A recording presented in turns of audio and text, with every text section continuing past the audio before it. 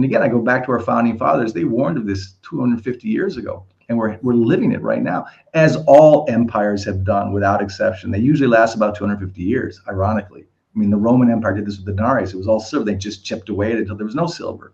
In the Ming Dynasty, the French in the 1780s, I mean, John Law, this is nothing new. I keep saying modern monetary theory, solving a debt crisis with more debt has been done throughout history, but also throughout history and literally without exception. I'll say it over and over. Whenever a monarchy, a democracy, an empire, whatever you call it, reaches its debt-soaked end, there always is a financial crisis, a market crisis. There's always a currency and debt crisis. It is always inflationary. And then you have social unrest from inflation. And then you always have centralized control from the extreme left or right throughout history, without ohne Ausnahme, as we say in German, without exception.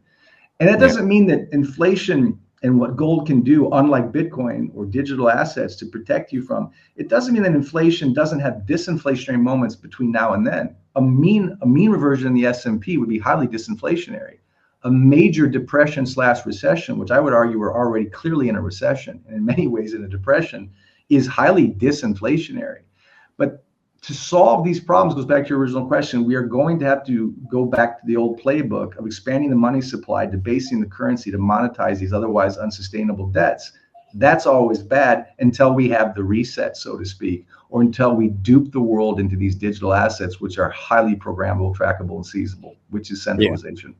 Well, I mean, there's a reason central banks are also buying gold. But remember, as we go digital, gold in a digital world is not going to just function the way it is. And that's why I think the World Gold Council has openly spoke about this. And this is exactly what stable coins are all about. I've been writing about this for years, but stable coins, it enables you to peg a physical asset to it. And in some way, form, or fashion, what digital asset is going to actually move that value amongst central banks, financial institutions at the highest levels of finance, right? Right. And that's where we always come back to XRP. It's not that we're influencers or we're trying to promote it. It's just we've been researching this stuff at all the way back to 2019, and we found these documents which were talking about stable coins, and then you align that with the Basel III requirements for central banks to have the gold reserves. And there's a connection there, certainly, to where the digital landscape is going to have some relation to gold, and we have a document from the IMF Trust Bridges talks about a two-tier system.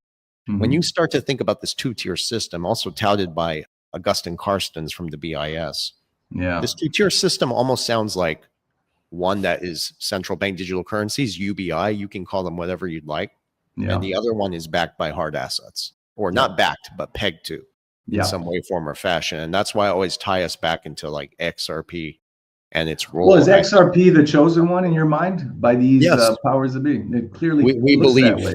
We believe XRP is the chosen one, as in that is the digital asset they are going to be using. A lot of these currencies, including the dollar, they're not going to collapse. They're not going to go away. But as you can see, they're evolving in a sense. It's going to get to a point where it's not the hegemony reserve asset. We're going to have a substitute. That's your Bretton Woods moment. That's your one world currency, whatever you'd like to call it. But the dollar is going to eventually evolve into a regional global currency, almost like any other currency. And you're going to have a neutral, sovereign, bridge reserve asset. And that's where we believe XRP, in a sense, not the traditional sense, is a form of digital gold, but it's not gold. Yeah, this is something, Francis. I mean, by the way, these are all very important points. And again, going back to what I was writing about in 2020 on what the IMF was projecting for this new Bretton Woods moment and this new CBDC rollout. But they even said in 2020, for this central bank digital currency to have any credibility, it still has to be pegged, not redeemable, but pegged to a real asset, i.e. gold, because otherwise it's just another fiat digital currency. And so they had to have this gold component. But you make a good distinction too, unless, and this is what Francis kept pounding his fist on in South Africa, unless that gold is redeemable, it's not really gold. Again, this goes back to why, whether you're stacking coins in Milwaukee or storing it at Von Greyer's in a Swiss vault, you got to have the actual physical asset. That is key to us. You mean convertibility? Yeah, convertibility, redeemability. This has to, and by the way, that's why people counterparties are pulling their money out of the COMEX, because they want the actual gold where they can convert it. That's why, de Gaulle came into New York in the 70s, and the Germans pulled their gold out too. They don't trust each other. They don't trust us. They just trust their gold. Even the BRICS nations don't see eye to eye in everything. They don't trust each other in everything, but they trust gold to net settle their trades. So again, as we go into the inevitable digital new normal that's coming, your points are extremely important. But again, my fear is, unless people take the time to do what you've done and look at these reports and look at these connections and see how this is very strategic, very pre-programmed in my view, and very sequenced from 2001 beyond by a very unique type of members and very unique type of population and the NSA, et cetera, you'll just think of this as too complicated or too kooky, when in fact it makes perfect sense. And again, and in terms of front running a trade, again, I'm not speculating anymore. I have the high class luxury of just trying to protect what I have. But what does that mean for XRP? What does that really mean for its price? What does that mean for Ripple? What is that? Because of the interoperability you guys have talked about so eloquently, and about that ISO 20022 compliant blockchain technology, which is the toll booth to everything digital and tokenizable, good, bad, and ugly. To me, tokenization is just like asset-backed securities of the last crisis. You can tokenize just about anything. Cross-border transactions, meme coins, SWIFT payments, whatever, interbank payments. You can also tokenize a bunch of crap, like CDOs and other things that were the weapons of mass destruction in 2008. Tokenization is just a different type of vehicle of the same old system. It's just a more modern version. It still can have all the same corruptions inherent to it. And that has me concerned too, but it's inevitable. Yes. I agree with you. I think, as a matter of fact, we talk about XRP a lot, but there's a sister to that. It's XLM, Stellar Foundation, and they're actually a nonprofit and just as scalable, just as efficient, but it seems to be they're working on this infrastructure for peer-to-peer. And it's a long game. I'm not saying it's going to unfold tomorrow. So it's XRP and XLM. But to your point, this future that they seem to be setting up for us, this dystopian vision that they have and they want to bring to reality. It seems that what's going to happen is what's happened throughout history. We're going to lose more liberty. It's going to be some sort of trade-off here. They're going to sell us the it's for your own good, for convenience, security. But as a result, a blockchain technology where tied to your digital IDs, tied to your social security, your information, all tied to your money. Everything will be on the blockchain. This tokenization aspect of things. There's this huge misconception, in my opinion, that this is going to be a more decentralized world we're going to. And as it pertains to the monetary system, the aspect of moving value and money, I don't think that's happening. That is impossible. The central bankers, these cabal figures, they're not going to allow that to happen. I think that is 100% an illusion to mislead people. I think there might be some sort of decentralization, but not for the money. Right. They're not going to let you go outside the door and, Vandell, you're going to get us in trouble. No, it's the truth. It's the truth. I know it's the truth, but you got to bring people in very slow. I'm just kidding. I feel like if you create enough wealth during this wealth transfer, because that's what it is, there are certain opportunities that are better than others. But if you create enough wealth during this transfer, you're going to have more choices and more options. It doesn't necessarily mean you'll fully be outside the system. But if you have more choices and options because you have more wealth, you have a fighting chance to have a better life, and that's pretty much it. Yeah, I mean, you have to plug your nose and accept it, because it is what it is. You, me, and your brother aren't going to win this, but we can recognize it. And again, I plugged my nose to an IPO, but I didn't mind the money. But when it comes to the point of civil liberties, because my IPO wasn't affecting the civil liberties of my country. That's different. I'd have a different reaction to that.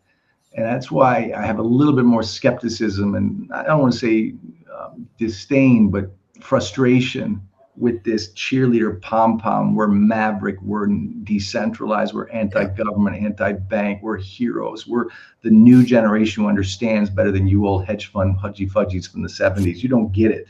That to me is very disingenuous or stupid. And that's going to upset, again, half of them. They're going to get, oh, that's stupid. I agree.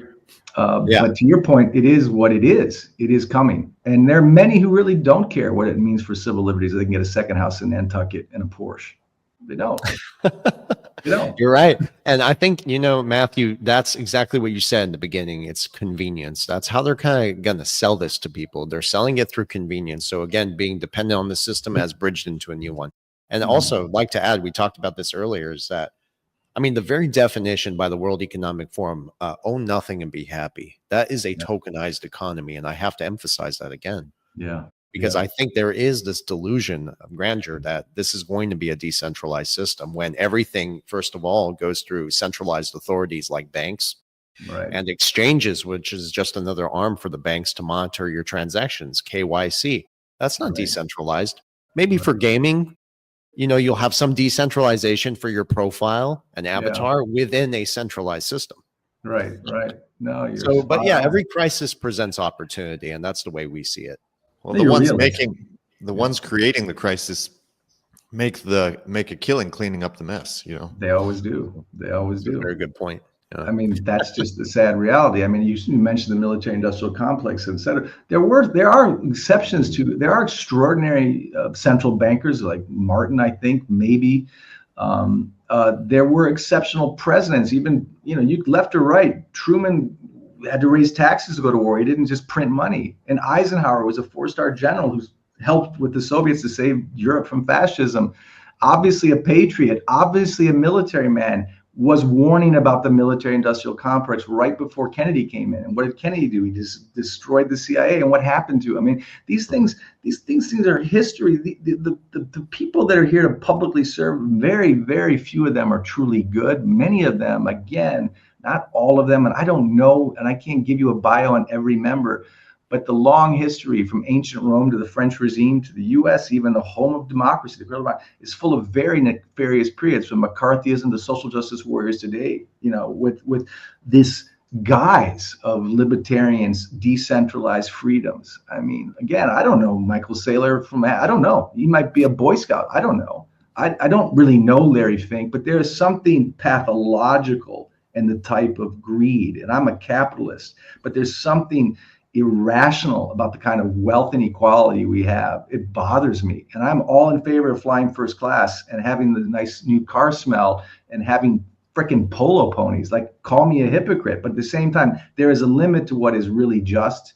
And there is a point where even the wealthy have to be concerned about wealth inequality, dishonesty, centralization, masquerading as liberty.